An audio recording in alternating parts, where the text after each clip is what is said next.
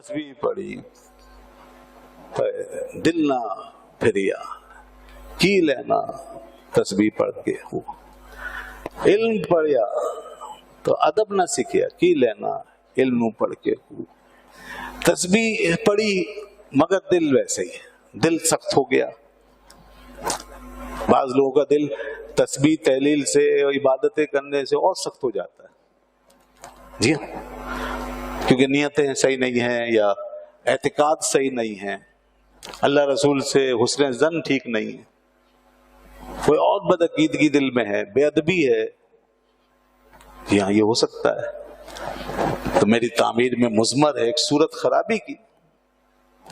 تو اگر ایسی کوئی چیز ہے تو پھر جتنا وہ کرتے جاتے ہیں نا محنت، اتنے ہی پھر دور ہوتے جاتے ہیں حق سے۔ فَالْوَيْلُ لِلْقَاسِيَةِ قُلُوبُهُم مِّن ذِكْرِ اللَّهِ، اللہ فرماتا ہے ایسے دلوں کے لیے ہلاکت ہے جو اور سخت ہوتے ہیں اللہ کے ذکر سے، ایسے دل ہیں۔ تو وہی فرما رہے ہیں تسبیح پڑھی پر دل نہ پھریا،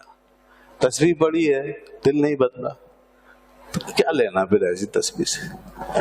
تو تسبیح وہ پڑھو جس سے یاد حق سے آباد ہو جائیں، اندر اللہ کی محبت بڑھے، غفلت دور ہو، ایسی تسبیح ہمیں پڑھنی ہے، صحیح عقیدے کے ساتھ، صحیح نظریے کے ساتھ، محبت کے ساتھ، دکھاوے کی نہیں، لوگوں کو دکھانے کے لیے نہیں۔ ریا کی اور نمود کی تسبیح بھی دل سخت کر دیتی ہے، ریا کی اور نمود کی عبادت بھی دل سخت کر دیتی ہے، لہذا ریا سے بچتے ہو۔ تو فرماتے ہیں اور علم پڑھا اور ادب نہیں سیکھا، ادب نہیں، تو علم تو بغیر ادب کے آ ہی نہیں سکتا۔ یہ سارا جو علم ہے اللہ کا جو علم ہے، دنیا کا علم تو پیسے کمانے کے لیے ہوتا ہے، وہ تو چاہے استاد کو اگر کوئی دھتکار کے بھی پڑھے اور اس کے ادب آداب کو روند کر بھی پڑھے تو وہ پیسہ اس کو مل جائے گا، اس میں کوئی انسانیت پیدا نہیں ہوتی، وہ صرف آدمی کی جسمانی پرورش ہے اور معاش ہے۔ لیکن وہ علم جس سے انسان بنتا ہے وہ بغیر ادب کے نہیں آتا۔ یہ علم دین کا علم ہے، یہ اخلاقیات کا علم ہے، یہ انسانیت کا علم ہے، یہ مشرقی علم ہے، یہ ہمارا علم ہے، یہ نبیوں کا علم ہے، ولیوں کا علم، یہ علم اور ہے، یہ انسان بنانے کے لیے۔ تو اگر اس علم کے ساتھ ادب نہیں تو پھر آپ جو دیکھتے ہیں نا بعض دفعہ مولانا لگا ہوا ہوتا ہے اور عجیب عجیب کام ہو رہے ہوتے ہیں، تو وہ وجہ یہی ہے نا کہ وہ اس علم سے پڑھ کر کے بن نہیں سکے اور بگڑ گئے۔ تو یہ اصل میں قصور ان کا ہے، علم کا نہیں، کہ مولانا لگا ہے اور پھر بار بار لعنت و پھٹکار، تو یہ بڑی حیرت کی بات ہے۔ تو وہی بات ہے جو حضرت باہو نے فرمائی، علم پڑھیا پر ادب نہ سیکھیا۔ یہ وہ ہیں جو علم پڑھا مگر ادب نہیں سیکھا، ادب نہیں، اور جب ادب نہیں ہے نا تو پھر علم نے مار ماری ہے اندر سے، اور گمراہ کر دیا، مغرور کر دیا، متکبر کر دیا، ضدی بنا دیا، ہٹ دھرم بنا دیا۔ آدمی پھر یہ اس قسم کے اوصاف پیدا کر لیتا ہے، پھر وہ اندھا ہو کر بھاگتا چلا جاتا ہے اپنی لائن پر، بس کسی کی نہیں سنتا، اور ایسے آدمی کو ہدایت بھی نہیں ملتی، ایسے آدمی کو ہدایت نہیں ملتی، وہ اسی طرح جیتا ہے اسی طرح مرتا ہے۔ تو اس لیے علم جو ہے وہ ادب کے ساتھ، اس علم کے لیے ادب کا کوزہ چاہیے۔ اسی لیے جب دیکھیں جب اللہ کے محبوب صلی اللہ علیہ وسلم نے اپنے اصحاب کو یہ علم دیا تو اللہ نے فرمایا وَتُعَزِّرُوا وَتُبَكِّرُوا، انہوں نے ایسے لیا اس علم کو کہ ادب کا مرکب بن کے پورا، اور ادب بھی 2 دفعہ فرمایا ہے، یعنی ادب میں بھی بہت زیادہ تعظیم و تکریم کا اظہار کر کے، پلک نہیں جھپکتی تھی، لوگ دل کی دھڑکنیں رک جاتی تھی، دوزانوں ہو کے بیٹھتے تھے۔ حضرت جبریل خود آ کے ادب سکھاتے تھے، بارگاہ نبوت جبریل آتے تھے اور وہ سکھاتے تھے ایسے بیٹھا کرو اس بارگاہ میں، اور آوازیں ایسی پست ہو جاتی تھی کہ